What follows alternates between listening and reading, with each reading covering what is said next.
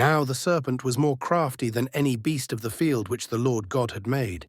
And he said to the woman, "Has God really said, 'You shall not eat of every tree of the garden'?" And the woman said to the serpent, "We may eat of the fruit of the trees of the garden. But as for the fruit of the tree which is in the middle of the garden, God has said, 'You shall not eat of it, nor shall you touch it, lest you die.'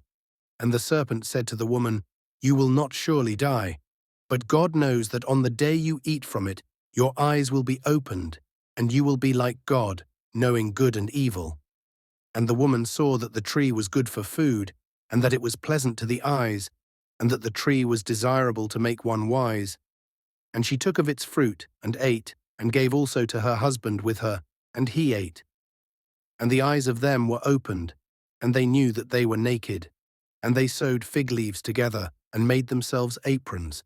And they heard the voice of the Lord God, walking in the garden in the cool of the day. And the man and his wife hid themselves from the presence of the Lord God among the trees of the garden. Then the Lord God called to Adam and said to him, "Where are you?" He said, "I heard your voice in the garden, and I was afraid because I was naked, so I hid myself."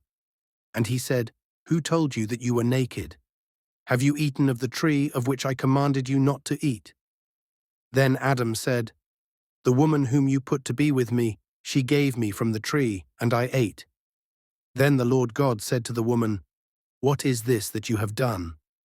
The woman said, "The serpent deceived me, and I ate." Then the Lord God said to the serpent, "Because you have done this, you are cursed above all livestock and above all the beasts of the field.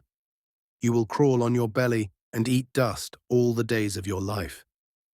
And I will put enmity between you and the woman, and between your offspring and her offspring.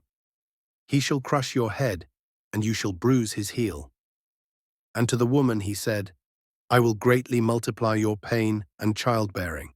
In pain you will bring forth children. Your desire will be for your husband, and he will rule over you." And he said to Adam, "Because you have listened to the voice of your wife, and have eaten of the tree of which I commanded you, saying, 'You shall not eat of it,' cursed is the ground because of you.